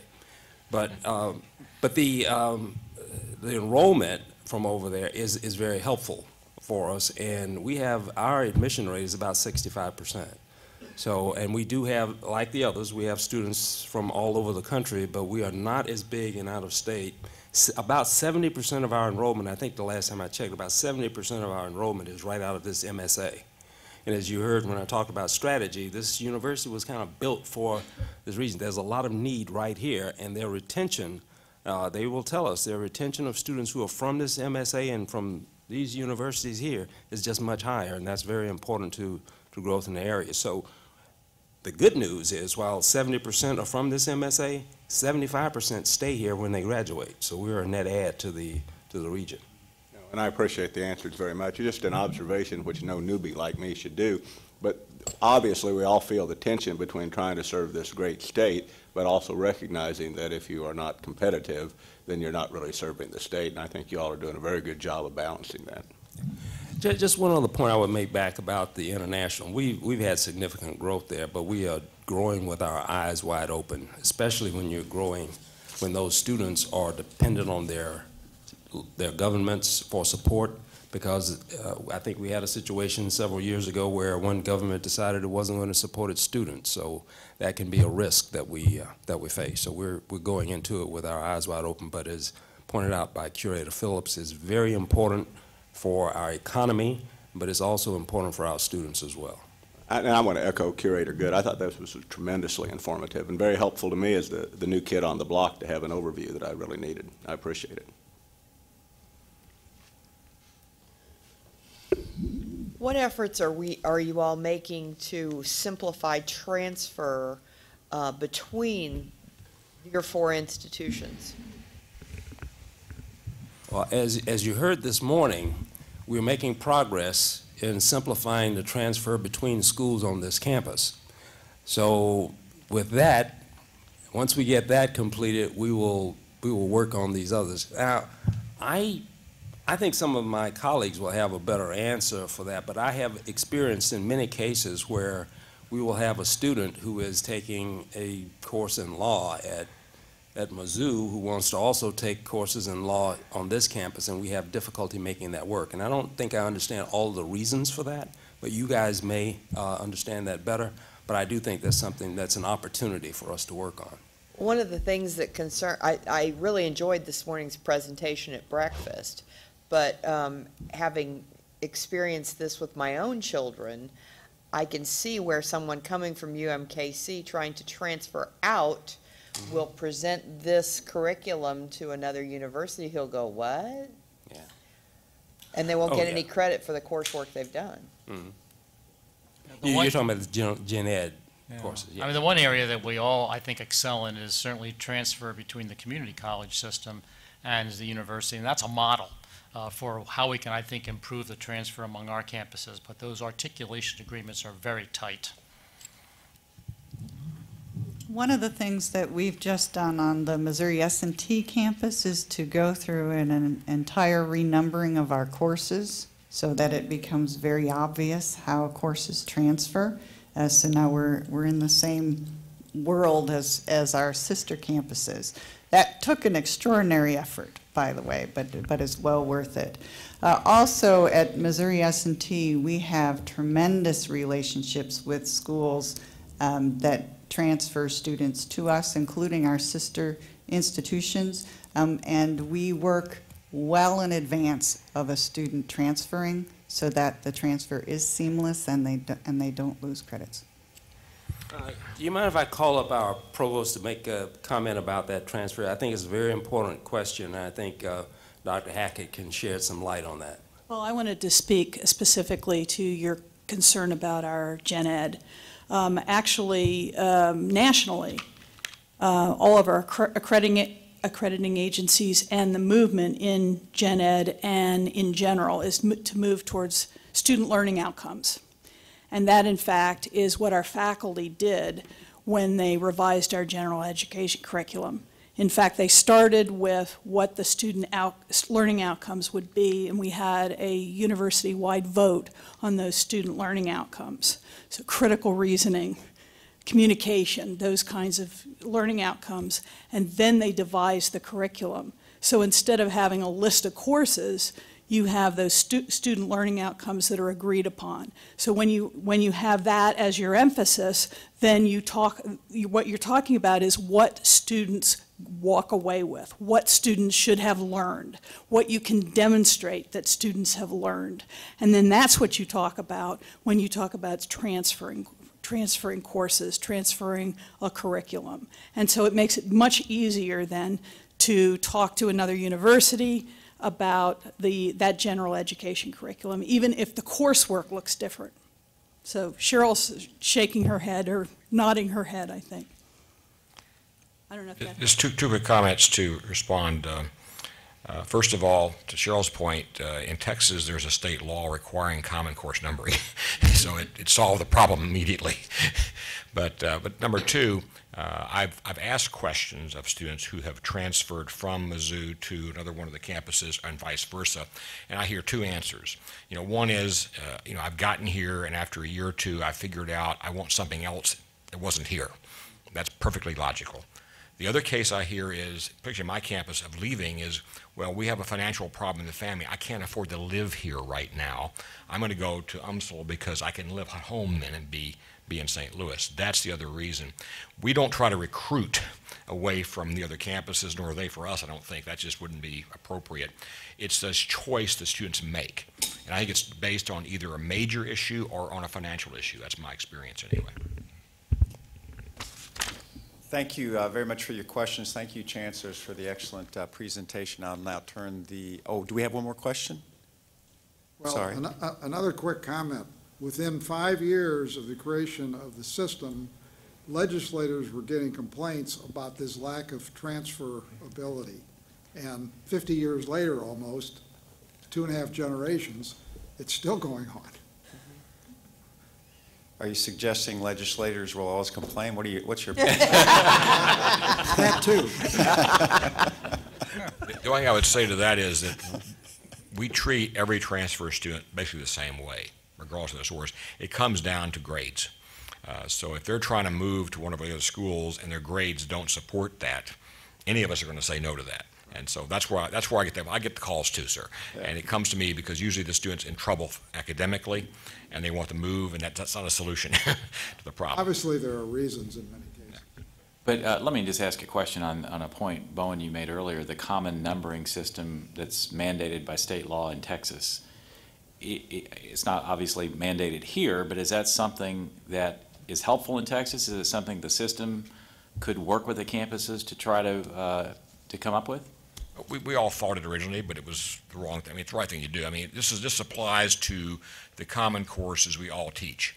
So why not? Why not call your first English course the same number? What's the big deal? Programming may be challenging some places depending on your particular system, but that was the driver, was to make it easier for people to match up courses like that. There was grumbling about it when it was put in place. I'm not sure if you were there, Cheryl, in San Antonio then, but once you've got it done, it's done. It's all over with. It's out of the way. It's an easier way for us to deal with a transfer student. It's less time consuming now than it used to be. Is the curriculum in a course that's numbered English 101, the same then in each of the campuses? That's the perception, basically. I can't, I mean, obviously, we haven't gotten down to the level of control of looking at a syllabus, side by side here, but the idea was that there are a collection of courses everyone teaches that are basically the same, and these are the ones that are pretty much part of the core curriculum we all offer. They may not always include specialized courses of some kinds, but the majority are there. And why shouldn't they be commonly numbered? But Why shouldn't whether they be? they're equally rigorous is another Well, question. and again, state law in Texas said you can't discriminate. They said if a kid has a course from any school in the state that's accredited with this number on it, you must take it. Now, their grade in that course is the problem. If their grade is not the grade necessary for a transfer, then they can't move it. But we were told, number one, the numbers must be the same, and number two, you must transfer those courses, and there was no question about it. One other thing that we use, regardless of course numbering, are articulation agreements, and I think we're all very, very careful to make it easy for our partner institutions to guide the students while they're on their campus to take the correct courses so that they can transfer in. And I know that at Missouri S&T we pay a lot of attention to those documents to make sure they're up to date, and I expect that that is also just as rigorous on the other campuses. So the articulation agreements are really, when you get down to it, how you do the transfer. We have found it very useful, particularly back to the community colleges. We bring faculty together on a regular basis, department chairs, in workshops, and compare notes on courses so that we're all tuned into what the content is, and that's probably something we can do more of within the system. Thank you, Chancellors. Back to Chairman Downing. Thank you very much. I agree with Wayne and with David. That's very informative. Very much appreciate the time you put into those presentations. Next item on our agenda is our consent agenda. Do I have a motion to approve the consent agenda? So moved. Second. Cindy, could you please call the roll? Curator Covington? Yes. Curator Cups? Yes. Curator Downing? Yes. Curator Good? Aye. Curator Henriksen? Yes. Curator Phillips? Yes. Curator Stillman? Yes. Okay, all votes in favor. Great. Next item is University of Missouri System President's Report. Tim?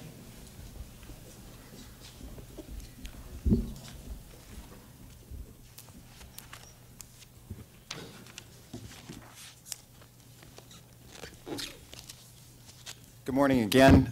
This is the opportunity to update everybody on the progress of the strategic planning, and we have made considerable progress. Before we get into the update of the progress against the strategic plan, I do want to remind, are you guys going to do the slides? You got slides? And if you could go to the next slide, please. There we go.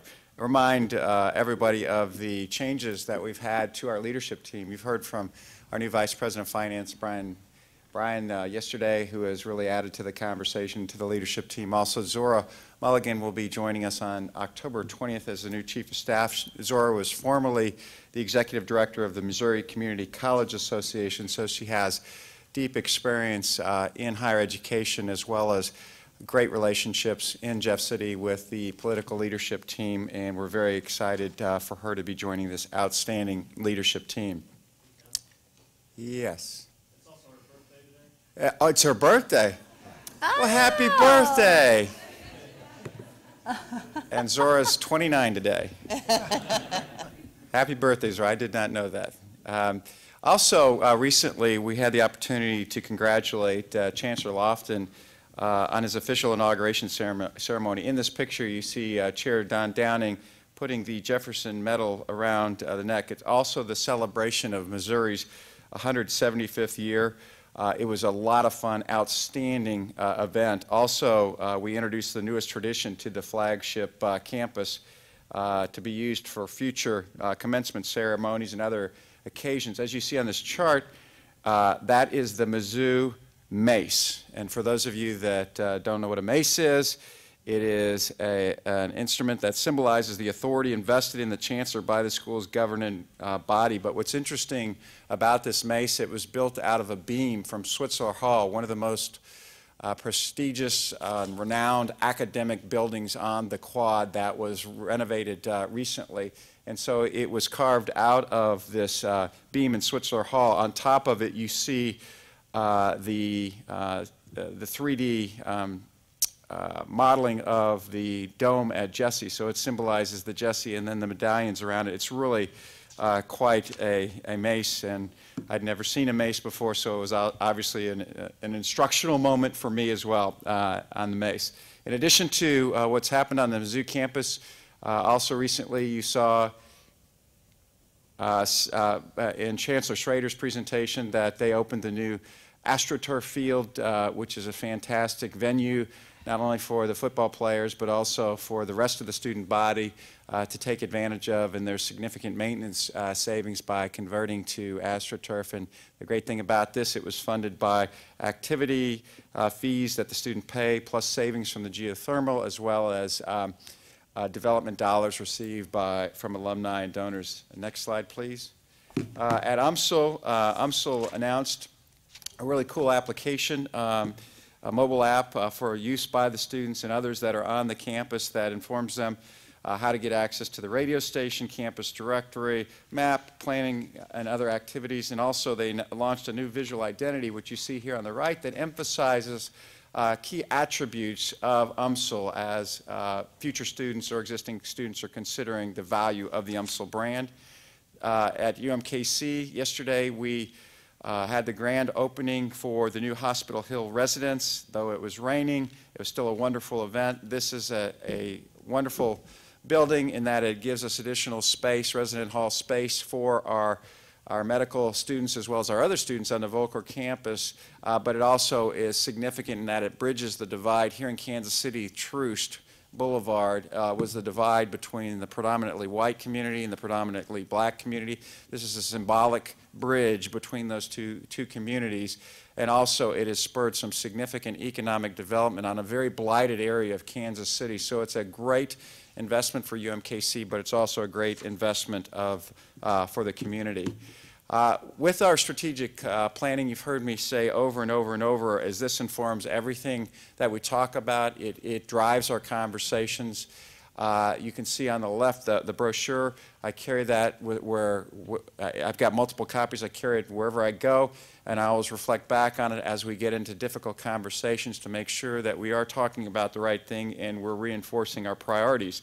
What's important about a strategic plan is that a strategic plan is kind of the roadmap of where you want to go. Nobody uses roadmaps anymore, so everybody uses GPS. So the strategic plan is the GPS of how to get to the desired destination and get there on a timely basis and make sure that you're safe as you travel and arrive at your final destination. But it also, not only is it a GPS system for us, but it informs our constituents as to where we are going, how we're going to get there, and when we will achieve that. So if you're a student, you're an alumni, you're a political leader or anybody, and you're concerned or curious as to what is happening with the dollars that you're investing or what's happening on that campus, all you have to do is go to the strategic plan, and you can clearly see what the purpose of these investments are, or the purpose of these activities for each of the campuses. It also influences everything that we do from a budgeting standpoint. But one of the challenges that we've got is we have to be accountable and transparent to all our constituencies on the progress that we're making on our journey towards our agreed-to final destination. And to do that, we've created the Academic Affairs Unit led by Hank Foley has created some really exciting dashboards. We have the strategic planning dashboard that's available for anybody to see on the UM system homepage, and it shows you the progress against our baseline, the progress against our agreed-to goals. In that is the performance measures that the state allocates their new core appropriations to based on your success against those performance measures. We're one of the few that have made all 5 of our performance measures for 2 years running. These will be updated soon because they're annual updates for these results, but also the other information that you can see is the progress against the major goals for each of the campus and the system on the strategic planning dashboard. In addition to that, Academic Affairs, again, has created a strategic planning report tool. Would you please go back to the previous chart? A strategic planning reporting tool that allows you to capture where you are on a quarterly basis. So far, it's been rolled out to the system units. It will be rolled out to the campus this year. It's a great way of capturing progress against specific actions under levers that goes towards our ultimate goal. Also, it has a dual purpose. And the reason why you want to capture that is you need to constantly communicate out progress and wins to the extended community so that they know where they are, or changes, because you can make changes in your strategic planning, and that's what you need to do. You need to do course corrections every now and then when you're on a road and all of a sudden it's closed or whatever. You need to be able to make course corrections, and we can do that through our strategic planning process and capture that in this update and communicate it out to a wider audience. The second purpose for the strategic planning reporting tool is on an annual basis, my direct reports have goals that they want to achieve, and the progress against those goals are now captured in this tool as well. So there's dual purposes for that. Recently, we asked all the campuses as well as the system leaders to update on an annual basis the strategic plan, and we do have those annual reports, and we saw considerable progress in that regard as well. Next slide. One of the things that we've seen throughout this year is each of the campus leaders has talked about the update to their physical plant. It's the classrooms, it's the labs, it's the parking garage, the residence hall. It's what you need from a physical plant standpoint to enable your success for your strategic plan. So each one of the master plans have been updated to this year and agreed to by the Board of Curators. As you saw, each one of them was informed by the strategic plan. We need this building, we need this residence unit because this is what's in our strategic plan. Also, as part of that, we've updated the strategic plans. We have these visuals that are available to the teams that shows you the interconnection between the actions, the levers, the themes, and the ultimate goal, which is defined by the strategic plan. So graphically, it's a way to represent where we are and represent the progress against that. Next chart. Specifically, some things that are happening on the campus with the strategic planning. We've got goals that we have to achieve, and these goals are all time constrained. That was a requirement for each one of them. For example, MU's goal is to increase their student population to 38,000 by year 2018 and increase first-year retention rate to 85%, six-year graduation rate to 71%, and lower average time to graduation to 4.1 years. As you saw in Bowen's presentation, enrollment's up to 35,414 on the path, clear path towards 38,000, and that's a 2.3% increase. And also, they have consciously focused their recruitment efforts on certain types of students in certain geographies, and they're seeing the results of that. In addition, the increase that they saw in student enrollment, and for those of you that were here last year was the first time in 9 years that MU did not show a growth path in terms of student population. They're back on that growth plan, and one of the reasons was they had to put more scholarship into the merit-based and need-based areas, and they have seen, as you could see with the final results, they've seen an increase in population for those students that are scoring over 30 on the ACT, so it is working. They've already seen that the retention has gone above their goal of 85%. It's 86.2%, which is an increase from 83.5%.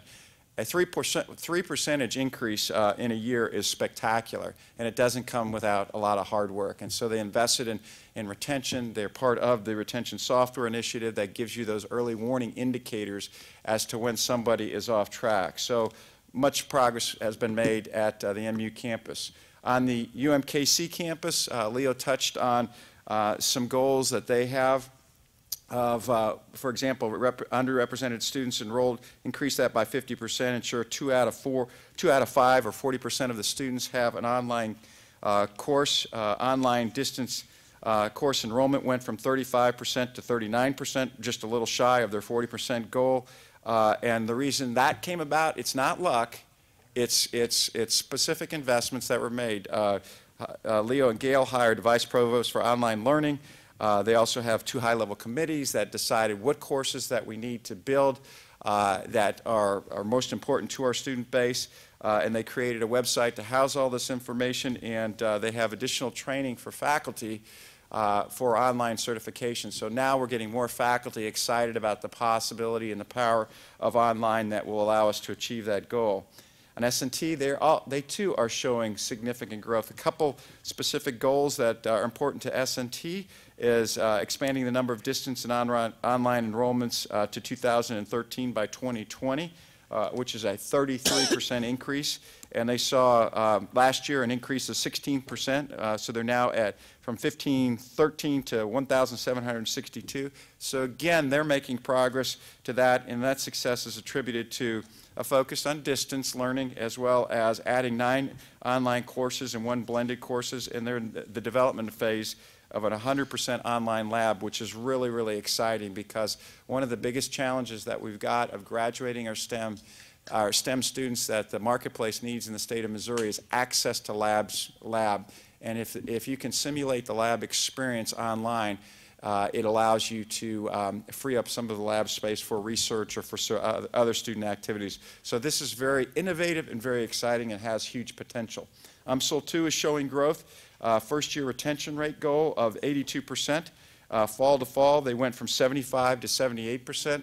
Just like the success that MU's seen, it doesn't come by chance. It comes by hard effort, focus. They too increased the investment in the collaborative efforts with their multicultural student services to focus on academic, personal, professional, and cultural development, and they implemented the retention software, so they've got that advising software that again identifies what kind of conversation that you need to have with that student so that he or she stays from the freshman to sophomore year, and also hiring retention coordinators that are the additional resources necessary to achieve that goal.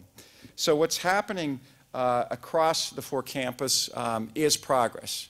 We're not there by any stretch of the imagination, but we're making progress. Some of the things that are very, very important to our future success, so that we have the resources, codenamed dollars, we have the dollars to invest in these strategic priorities, is our number one revenue source is tuition. And as you saw in the previous charts, with enrollment being up and the type of enrollment being more weighted towards out-of-state and international, it bodes well for the revenue, the necessary revenue to invest in our future and invest in our priorities. One of the reasons why we're seeing that increase in enrollments is we made a commitment to have hold tuition flat based on the governor's proposed 5% core appropriation that was supported by the General Assembly. Thanks to the governor and the General Assembly, they came through with that. So, and in fact, it ended up being 5.2% since we maxed out on our performance measures. But that allows us to keep tuition flat, which is critical for our students, that, especially those that have need-based concerns. Another important revenue source that Chairman Downing has prioritized this year is development.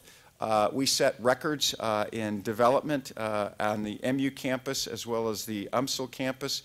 MU increased their single-year fundraising to $164 million. The previous record was $160 million in 2008. They had multiple large gifts. Also, UMSL had a record enrollment year, or excuse me, a record development year. They collected $31.2 million during fiscal year 14, setting a new fundraising record. When you roll up all the development results for last year, we ended up with a $263 million, $263.4 million, which is an all-time high. The previous all-time high was in fiscal year 2012 of $239 million. So it's a 15% year-over-year increase from fiscal year 13, and it is an all-time high. So the message here is when you've got a board of curator chairman focuses on something, results happen. So I guess, Cups, it's up to you next year. Figure out what to focus on, because the focus obviously resulted in all-time highs. So thank you for the additional conversation. And in talking with the development leaders from the 4 campuses, the opportunity to get people together to share best practices certainly helps, and we have a renewed conversation and focus on development efforts in the future. So not only did we get all-time highs from a development, we also did quite well down in Jeff City. Though it wasn't a priority for Chairman Downing, he wanted to focus on non-state funding issues. We continued to talk about our value proposition, talk about our progress, make sure that we made it explicit that a dollar spent on the University of Missouri system has a return, and talk about what that return is to all taxpayers and all voters in the state of Missouri. So out of that conversation, we've achieved an all-time high excuse me, not an all-time high, the highest year-over-year increase on core appropriation of 5.2% in the last 14 years. So it was a significant year from a core appropriation. Also, we're waiting with bated breath on our capital projects that have been approved by the General Assembly. The 50-50 projects amount to $30 million, as well as the bonding for Laffrey Hall of $38.5 million. So as we see improvement in the state collections, as Vice President Knorr talked about, we hope to see that these funding for both 50-50 and bonding will be released, as well as funding, continued funding for the medical school build-out in Columbia, which is the venture with Cox Mercy. Lastly, very important to us that, again, fingers crossed on this one as well, is scholarship. We need the dollars, the incremental dollars for Bright Flight of $5 million, as well as $15 million increase for Access Missouri. The combination of those is $20 million year-over-year improvement to where it is right now. Historically, the University of Missouri system gets about half of that. So if, in fact, we can get that approved as well, that is another $10 million of scholarship dollars that we can use to attract the best and the brightest to pursue their dreams on one of our 4 campuses. So let me start to get towards the summary. Is with aspirational goals come challenges. I talked about those goals that we're on progress to hit, or some goals that we've already achieved, but there are some that I would put into the stretch category, but not in the category of not doable at all. First of all, let's talk about UMSL. We've got graduation rates. We want to increase those by 20%. We're at a baseline of about 3,000 right now. We got to get to 3,600 by year 2018, which is 2x the growth that Tom George and team have seen historically. So it's a very, very aggressive aspirational goal, but he can achieve that.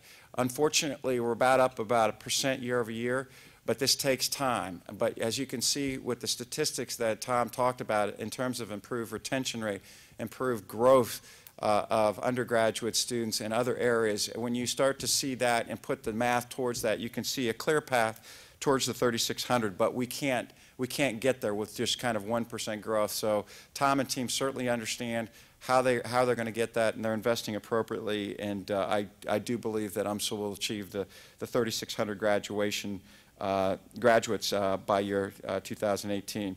From a UMKC standpoint, Leo talked about the 20 by 2020 goal, which is 20,000 students by year 2020. This was a goal that Leo and team and Gail put together back in 2009. And was further embellished with the strategic planning. Where we are right now is we saw an increase of 2.6%, so it's up to 16,160. Again, to get to that 20,000, it requires incremental recruitment as well as incremental retention, but they clearly understand the math behind it, and they clearly understand the investments necessary to achieve that, and I'm confident that they too will achieve that 20 by 2020. From an MU standpoint, one of their clear goals is to improve their position in the AAU. One of the major ways of improving your position in the AAU is increase the dollars, research, and the productivity of your faculty on a year-over-year basis and on a competitive compare against the other institutions in the United States. Research went down at MU. That being said, they are forecasting an increase year-over-year in research for this coming year. And by the way, as Hank Foley talked about earlier, research across the nation has gone down. So we haven't seen the final numbers, and we won't see those for a while. I would suspect we will be down, but we won't be down at the same average rate as some of the other peer institutions, but we'll wait and see what happens. regardless, we have to focus on increasing research. Increasing research is by recruiting those research-capable faculty, providing them with the graduate students and the facilities and infrastructure to support that. They freed up money to do that. It's clearly in their sights. It's what Bowen and team will get to, and I'm confident that they too can increase their position in the AAU. Lastly, S&T has a clear goal of top return on investments. One of the metrics underneath that and the promise that they make to prospective students and current students is that the return on the investment is measured by what your value is in the marketplace. As you know, they're the second highest in the nation of average salary for their graduates, but one of their goals is to get to $65,000 salary for their undergraduates, and currently they're at $61,412, which is up from their baseline of, it's up by 3%. Can they achieve the $65,000? Yes, I believe they can, and you can see the examples of the largest career fair that they've ever experienced, and the demand of businesses for S&T graduates will only increase that average salary per graduate. So these are aspirational, challenging goals, and that's what you do when you do strategic planning. If they're all layups, it's kind of boring. You need things that stretch you and inspire you, and we have put those in the strategic plan. So as we are having regular conversations about our progress against the strategic plan, we should always be asking ourselves these questions. And I don't need to read these questions for you, but these are things that we are always on top of mind as we think about how we invest. In 2020, which is where some of the goals are built. So at 2020, I think when we look back at 2013, when we started this project and this new strategic planning initiative, I think we'll look back with a smile on our face, knowing that we achieved these goals. It wasn't easy, but we're all successful. But most importantly, the smile on our face is that the success suggests we need to reset our goals, because this is a never-ending journey towards excellence. And it's something that I couldn't be more proud of the leadership team that we have here that has allowed us to achieve these results. Without them, and that's where all the credit should go, we wouldn't be where we are right now. And the results speak for themselves. When you can attract students to your campus, and you can retain students, and you can graduate them, and you can get them jobs, and when you do unbelievable research, it's self-perpetuating. So as we just continue to do this on a day-by-day basis, holding the standards high and making people accountable for achieving the results or achieving the commitments, we will continue to move towards excellence on a global scale. All this you see here graphically makes sense to me. Sometimes it doesn't make sense to you because we throw a lot at you, but trust that it's all integrated and synchronized in a way that keeps us in lockstep, all working towards common goals, working on common priorities. And we'll continue to give these charts not only to you, but the public at large, because by being transparent, by being accountable, we'll get more people aware of the University of Missouri system, what it stands for, what its value is. And once we have awareness, then it will have interest. Once we have interest, then there's commitment. Commitment comes in the form of, I'm going to go to that school as a student, or I'm going to support it through $1 or through donation, or I'm going to take advantage of the services that we have. So I'm pleased that we are more aligned and we're making progress, and we can talk about all the success. And I fully expect this time next year when I deliver this report, will be even closer to all the goals that I've just mentioned. So thank you for your time, and I'll turn it back to Chairman Downing unless there's questions. Any questions? Thanks, Tim.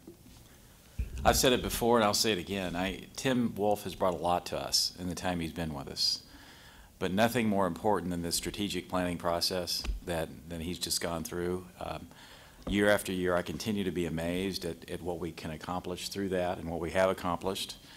And I'm sure the chancellors would say this. Tim is very good at holding each of them accountable, and they in turn hold the people that report to them accountable. So very happy with how that's progressed, Tim. Thank you so much for your efforts there. The final item on our public agenda is what David, we call this good and welfare of the board. I don't know where that term ever came from, but it's been on the board agenda ever since I've been on the board. And it's basically a time for any curator who wants to say anything about anything they have the floor. So does anyone have anything for the good and welfare of the board at this time? Chairman, may I say, and Wayne and I are aware of the dangers of letting people speak on personal privilege, aren't we, Wayne? I might suggest the board revisit that potential. You can take that up with the new chair next year. But hearing nothing, there is. Just a quick comment. UMSL hosts a Focus on Teaching and Technology conference. It's a regional conference that they host every year. I've gone the last 2 years and learned a lot in terms of like best practices and what faculty are doing at various different campuses in terms of online learning. And I would just encourage people to encourage other faculty from across the system to attend and present and be involved in that. Because it was very valuable to me as a student trying to learn how to teach in an online environment. So thank you. That was it. When is it this year? It is November 13th and 14th. And if any of you feel like dropping in or attending, I'm sure that your presence would be appreciated, valued. Anything else? Do we have a motion to adjourn? So move. The public session. Second. Cindy? Curator Covington? Yes. Curator Cupps? Yes. Curator Downing? Yes. Curator Good? Aye. Curator Henriksen? Yes. Curator Phillips? Yes. Curator Stillman? Yes. Okay, all votes in favor. Thank you. And now we will go to private session.